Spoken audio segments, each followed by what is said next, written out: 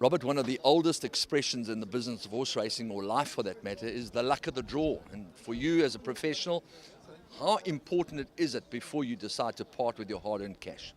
Andrew, it depends on the course where you run in. Kenilworth, new course, I don't think the draws have any importance here whatsoever. Having said that, a horse like Marinaresco, I think a draw for him was vital. He's not drawn badly this time. He won't be out the back door. From a two-gate, he should be reasonably placed, and that will make the world of difference for him. The element of irony is that I spoke to Candice Robinson immediately before the running of the Lormerans Queen's Plate, and she said, you know what, I actually don't know what to do anymore. Every time the machine gives us a bad draw, but I'm hopeful that when things are done manually that we could get lucky.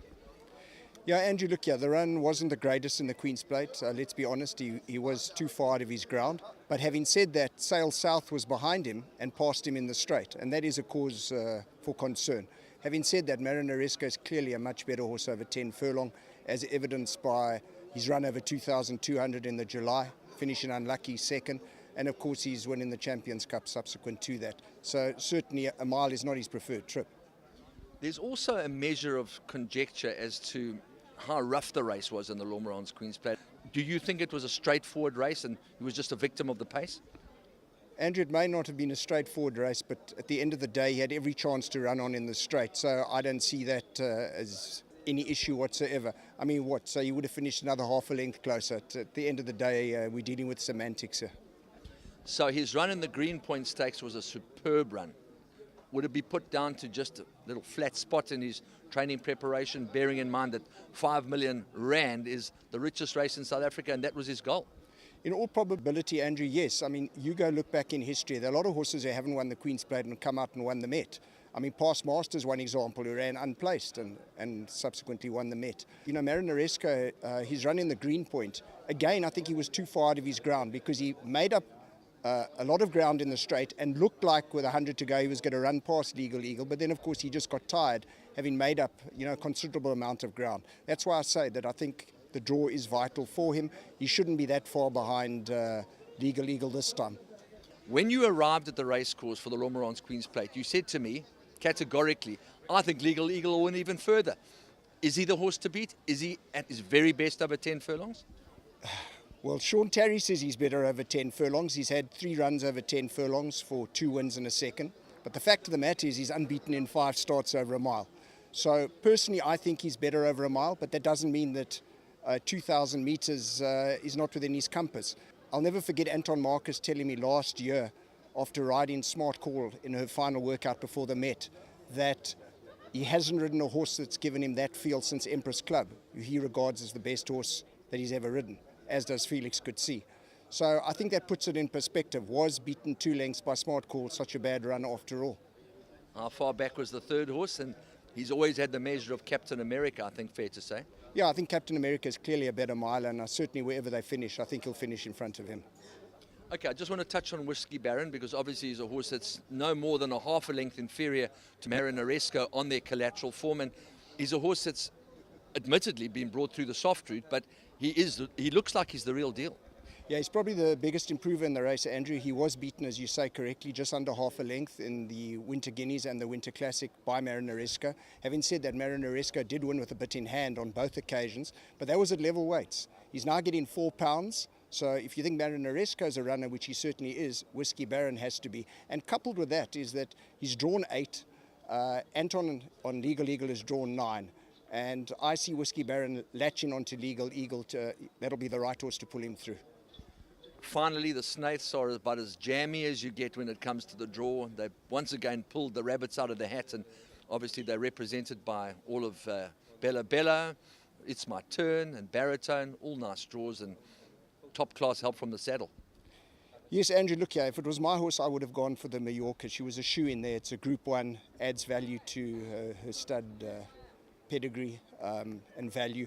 I just think that she's going to struggle with 57 on her back. That 2 kg penalty she got for winning the Paddock Stakes in all probability is going to count against her.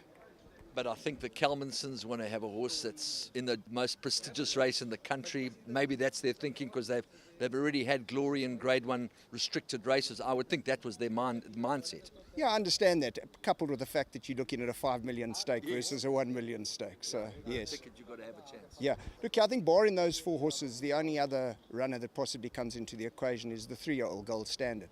But you must remember that he doesn't race off that 108 rating. The weight for age allowance is 6 kilos, so he actually runs off a net 96. So he's 2 pounds out at the weights with Bella Bella, he's 2 pounds out with Whiskey Baron, he's 3 pounds out with Marineresco, and as much as 11 pounds out with Legal Eagle. So he's got to be much better than his rating if he is to come into the equation. Certainly if he'd run in the Cape Derby, he would have been a massive danger to Horizon. How are you going to structure your pick 6 with regard to the Sun Met? I'm just going to take 3 horses, Legal Eagle, Marineresco and Whiskey Baron. For me, it's very hard to look past those 3. If you just go down the line in the betting, as I said, I think Bella Bella's going to struggle with the 2 kg penalty. The 3-year-old is out at the weights, and after that you've got It's My Turn. It's My Turn got beaten 2.5 lengths in the Peninsula by Whiskey Baron. He's now 2 pounds worse off at the weights as well. And he meets a horse like Marineresco at level weights. He's 9 pounds out with him. So, you know, all things being equal, if you look at the race holistically, it does look like a 3-horse race. And Horse Chestnut has picked it up early. He's gone clear. Pheromond is coming home out after him. Savannah Queen towards the outside. 200 out, and Horse Chestnut has it safe. He's well clear. Savannah Queen and Pheromond are trying, but they're chasing shadows. It's Horse Chestnut. This is true greatness. He's killing them in the JMB Met. Horse Chestnut goes on to win it well. Badger's Coast, Horse Chestnut immediately come to mind as 3-year-olds that have won the Met. This is the inaugural running, South Africa's richest race, and you're riding arguably the best 3-year-old in the country over 2,000 meters. Are you happy with his prep, and how do you think you're going to shape up against the big guns? Well, if you didn't see him this morning, he's just as big as the big guns, and we decided not to gallop him because I actually galloped him 2 weeks ago. He had a very, very hard gallop over 2,000 meters. So, you know, he just jarred himself a little bit because the track is really tough.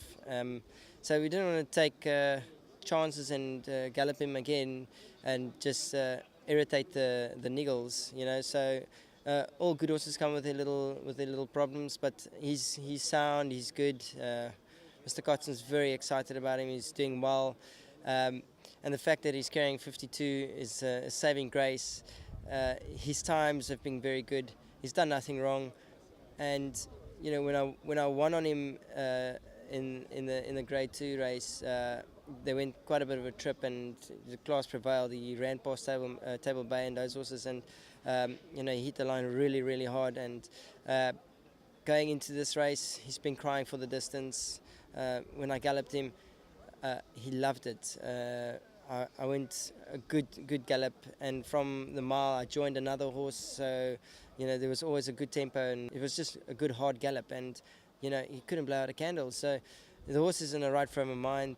He's carrying 52. He's got a 4 draw. You know, everything's just going for him, and Glenn Cotson's yard is firing at the moment. They've done nothing wrong. The strike rate's so high between the two of us. And Richard Fourie is firing. Yeah, I'm firing full go. All cylinders are hot and running, and I'm ready for a challenge.